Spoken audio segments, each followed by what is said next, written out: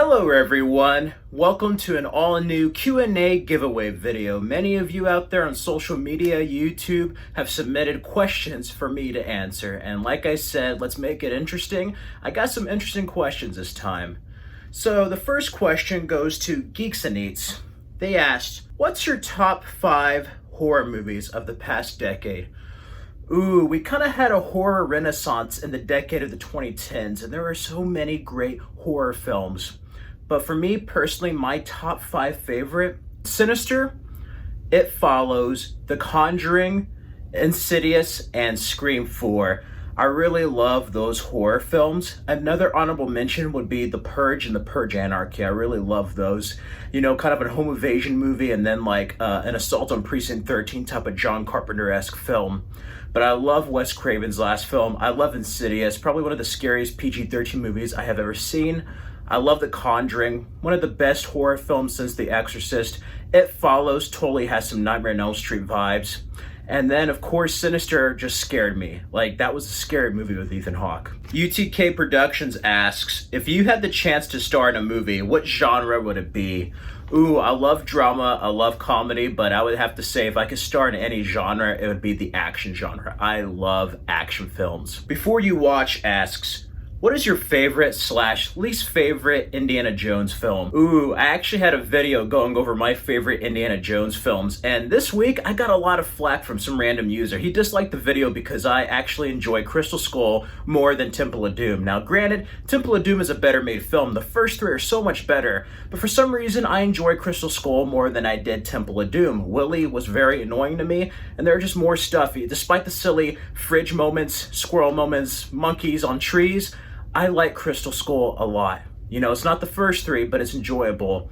And yeah, he got really mad, gave me a lot of flack, even put The Room, Tommy Wiseau's film, over Spielberg. Can you believe that? I can't, but I find it kind of funny. He missed the point of like what a my favorites video is. It's not a ranking of the best, just my favorites.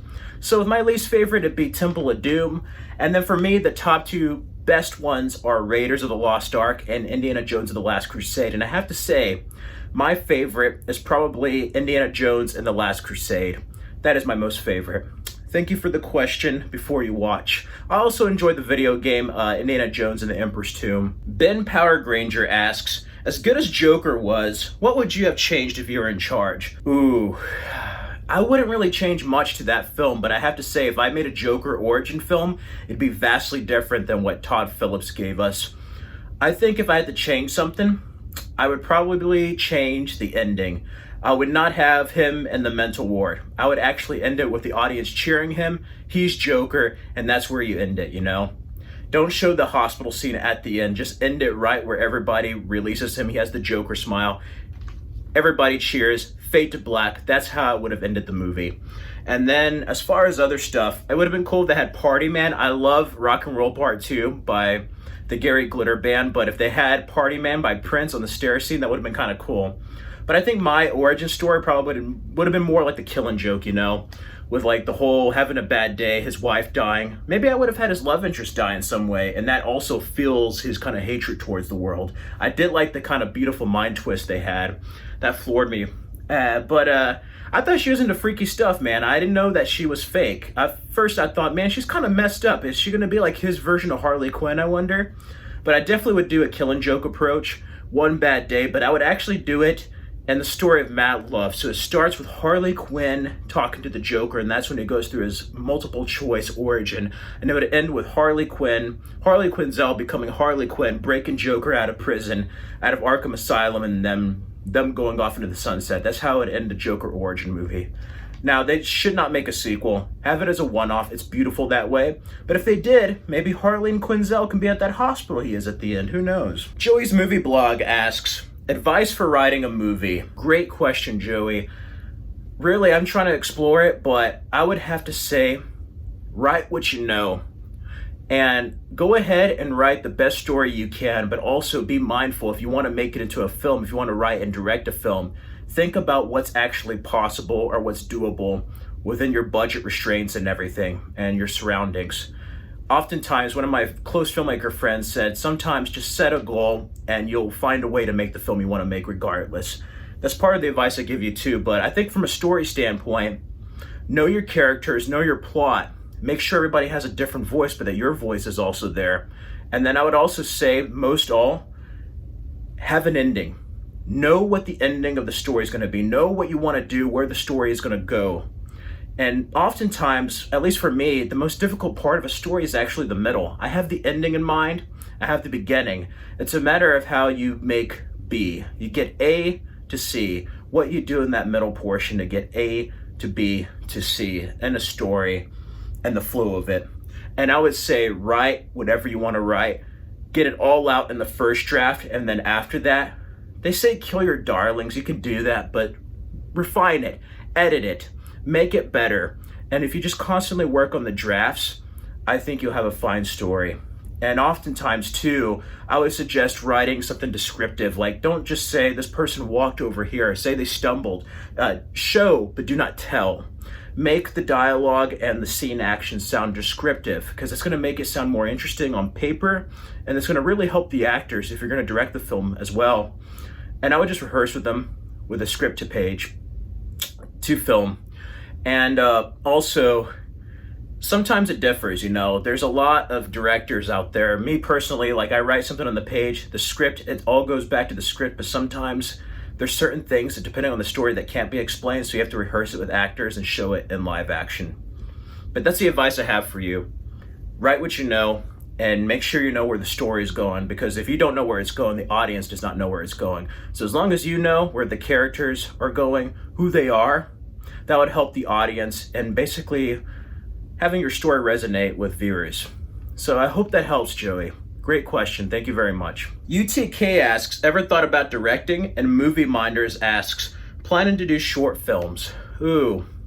I actually went to film school. I went to UT Austin, got a degree in RTF, radio, television, and film, and I have done short films. I'm actually thinking going back to doing short films and to making a feature-length film, It was something that I had a really bad film experience and I kind of got out of it. And I started making YouTube videos, but I just kind of get tired of that. And I kind of want to explore and do what I'm best at, Like I don't want to talk about movies anymore. I originally did to bring a different opinion and just to talk about something in a positive way for film lovers, for film fanatics. And now I'm like, instead of talking and critiquing stuff, I kind of want to make something original, do my own thing. And I feel better that way. And I really want to get back to doing a short film. So yes, I thought about directing and I thought about doing short films, and that will definitely be soon. And maybe a feature length. And I also thought of acting a bit. I acted some of my short films and some other people's projects, but I'm thinking of just getting other actors and being behind the scenes more often and getting a good crew together. That's another thing I recommend. Find yourself some people that are reliable, that you trust, but also are fun to work with. You can get really busy, work on stuff, but it would never feel like work if you're doing something you love with the people that you care about and people that you enjoy being around. If they love what they do as well, filmmaking can be a beautiful, beautiful process. JS Cinema asks, best Blu-ray transfer. Ooh, that is so hard. I love Mission Impossible 2. Tron Legacy has a good transfer. Casablanca. It's so hard. There's so many good Blu-rays. I have to say one of my favorite transfers is the 10th anniversary of The Matrix. That is a really cool edition on Blu-ray. Very clear, very crisp, the sound. I like that. Those are probably some of my favorite Blu-ray transfers. Daniel Neal asks, what's your least favorite performance ever given by an actor that was awful and completely miscast? Ooh, George Clooney and Batman and Robin. I don't care what they say about the script. He sucked as Batman. Adam West was better than George Clooney. Just don't get me started on him just having a bobblehead the whole movie. It's my way or the highway, Dick. It's just like, freeze. The heat is on. Like, he doesn't even sound like Batman. He goes in there just like, hey, freeze, I'm Batman. And I'm like, what? Horrible after the underrated Val Kilmer and definitely after Michael Keaton.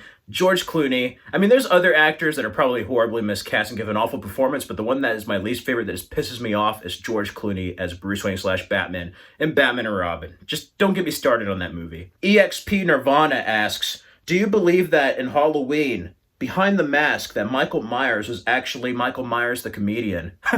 This is Mike Myers. You mean like that scene from Baby Driver? No, I do not, because he was around before Mike Myers was on SNL with like Wayne's World, before Austin Powers.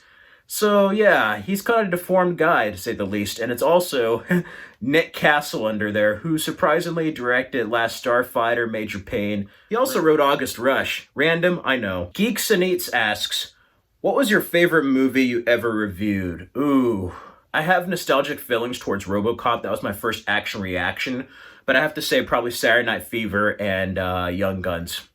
Those are like some of my favorite movies that I've reviewed, older films.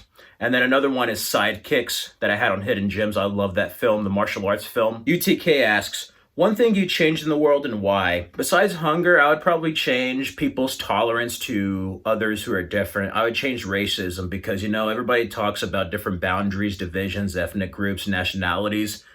You know what? There is one master race, and it's called the human race. And until we get that, we are screwed as a planet. And I wish that is one thing I would change. I mean, there's hunger and other stuff, money, corporations, capitalism, fascism, but that is the one thing I would change, because if that one element was changed, who knows what could happen in this world if we got beyond our differences and started searching for the commonality and similarities we each have with one another as human beings on planet Earth. UTK asks, which Marvel hero or villain would you love to portray in the cinematic universe? Ooh, if I got in shape, like really tough shape, comb my hair back, I want to be Frank Castle Punisher, and I also wouldn't mind either being Ghost Rider or Doctor Doom.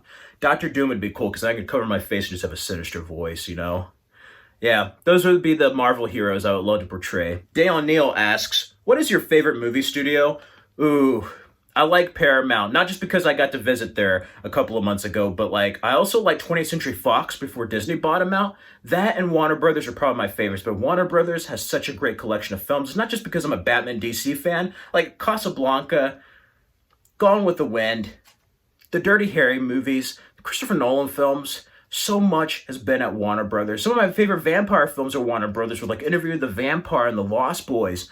I love Warner Brothers as a studio. They're very versatile, and they have a great, rich history of cinema from the past century and then this millennium.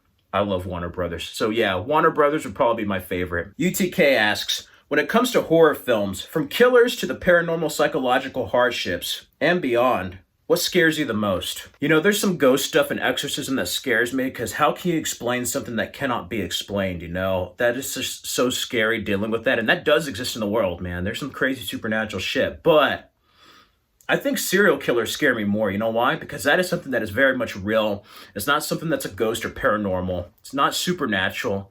It's just a person snapping and just killing another human being. And that can happen at any time and anywhere. And that is what truly frightens me the most. Geeks and Eats asks, what is the craziest thing you ever eaten? Do you know how to cook? Favorite thing to make? Craziest thing, I don't eat that many exotic foods. I've seen people eat like snails and grasshoppers and crazy shit like that. No, I don't eat that. No. So probably be like shrimp or fish or something. I'll probably just say cactus. I've eaten some cactus. Like in a meal, that's probably like the only thing. Do I know how to cook? Yeah, I know how to cook a Hot Pocket. No, I don't cook that much. I want to cook, and one of the dishes I want to learn how to cook is some chicken parmesan. I would love to make that with some like kind of garlic biscuits, like the ones you have at TGIF Friday. I would love to make those. But I do know how to cook something. A holiday dish I make around the holidays. My mom has this recipe for this kind of Reese's cookie type of thing, where I have 2 Ritz crackers, I put it with peanut butter, and then I cover it with chocolate, like the kind of like block chocolate you get at Walmart or H-E-B, pour it over. And what I do is I make like a Reese's peanut butter cup with like 2 Ritz and peanut butter. So it's like this chocolate cookie. That is one thing I do know how to make. And I can't find the VHS, but I actually had a segment for a cooking segment in my high school. But I can't find it. It's on VHS somewhere. Dale Neal asks, who do you like better, Mickey Mouse or Bugs Bunny? I love Bugs Bunny, man. You can't go wrong with Bugs Bunny. And you know what? He isn't trying to rule the world, you know? You have Space Jam, you have the Looney Tunes. What's there not to love? I love Bugs Bunny. UTK asks, favorite villain of all time? That is Darth Vader. You can see here I'm wearing a Mandalorian shirt. I love Star Wars. Not so much the Disney sequels, but I love Darth Vader. James Earl Jones' voice. Yeah. Geek and Eats asks, if you could be the showrunner for any series, whether book, video games, or comics, which would you do? There are so many shows and like stories that I would love to showrun. One of them being Anne Rice's The Vampire Chronicles. You know, there's so much beyond Interview with the Vampire that goes into Vampire Lestat, Tale of a Body Thief, and beyond. Video games, I wouldn't mind showrunning a Legacy of Kain show. You know, you have The Witcher. I think that or like Legend of Zelda would be cool on Netflix. And as far as Batman, I love Batman. I always thought Spider-Man would be good on TV, like in the style of Smallville, of like a Freak of the Week or Villain of the Week format with High School College. But besides Batman, Batwoman kind of pissed me off as a show, and I would love to see a Batgirl Barbara Gordon show. Like, that would be cool. You started off with Batman. He exists, but like Commissioner Gordon does not know that his daughter's going out as Batgirl initially. She's fighting crime. But also she's dating Richard Grayson, and they both don't know that they're Batgirl and Robin, so you have that interesting kind of duality hidden with one another there. I would eventually have them find out, Commissioner Gordon find out, Batman. You have like 1 or 2 seasons of that. You have her confront Joker, Harley Quinn, kind of like in the Arkham games. Then you get like the Killing Joke scene where she's paralyzed. And in the last season, I would set up Oracle with the Birds of Prey with Huntress and Black Canary, and that's how it end Batgirl. So it'd be a 5-season show. That's how I would show run a Batgirl TV show, and I think that would be awesome. Barbara Gordon is such an underrated heroine. I love her. UTK asks, do you know any weird Wizard of Oz facts? Not really. I mean, I don't know too much about like any trivia behind the novels. There's so many other novels I wish they would adapt into a film. I do know that it wasn't really entirely a musical in some way. They had to reshoot most of like the original Wizard of Oz. It was going to be a completely different type of movie. Still the same actors and everything, but the format of it wasn't exactly the same. So they reshot it at Somewhere Over the Rainbow and other things, and it ended up being a better film for that. But I would love to see what some of the original footage would have been. I saw one documentary that showed glimpses of like what they originally shot, but it would have been interesting to see the original version of that, you know? Kind of like Zack Snyder's Justice League. Yeah, release the Snyder Cut. Finally, Geeks and Eats asks, what are some of your favorite musical artists? Have you been to any concerts? Who would you like to see live, whether it's a person that's dead or alive? Great question. I love any type of music. I mostly listen to rock and heavy metal, but I love 70s. I listen to some 60s, but I love 70s. I really, really love 80s and 90s. I love everything from like the Bee Gees, freaking Wallflowers, Tears for Fears, Slipknot, Metallica, Disturbed, Killswitch Engage, Matchbox 20, Backstreet Boys, NSYNC, Madonna, Duran Duran, Depeche Mode. I really like Depeche Mode. Three Doors Down, Nickelback. Yes, they get a lot of hate, but I love some of their earlier stuff. Pretty much up until like 2005 to 2008 or 9. And then I really love Creed. A lot of people hate them. I like them. Alter Bridge. I just love all types of music. Like, I really do. But Bee Gees is among one of my favorites. The Beatles, Rolling Stones, Jimi Hendrix, The Doors. Have I been to any concerts? Another favorite is Bon Jovi. Yeah, I went to go see a Bon Jovi concert at the Frank Erwin Center when I lived in Austin. That was some fun. Everybody was so much older than I was. So, yeah, they're like my brother and sister's age, like in their 30s, 40s.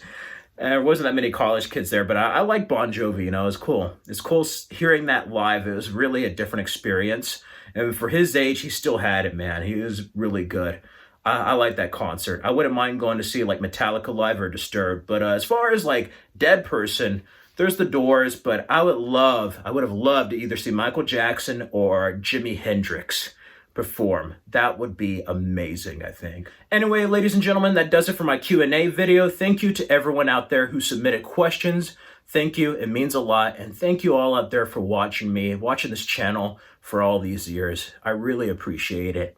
Now, the giveaway. Let's not forget, one lucky winner will win some prizes. So here we go. Okay, it's giveaway time. Thank you all out there who submitted questions. This has been a fun Q&A, and I entered all your names into this Wheel of Names app, so the winner will be chosen at random. Now, if you do not win, don't worry. I'm going to be having another giveaway next week on my Blu-ray DVD collection video, so there's still a chance to win something. But right now, I'm going to go on my computer, and we're going to see a POV shot of who the lucky winner is. Here we go. Okay, so we have all the people who submitted questions across YouTube, social media, and let's see who's going to win.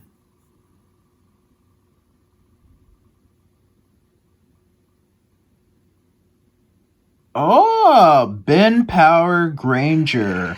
Congratulations, Ben. That does it.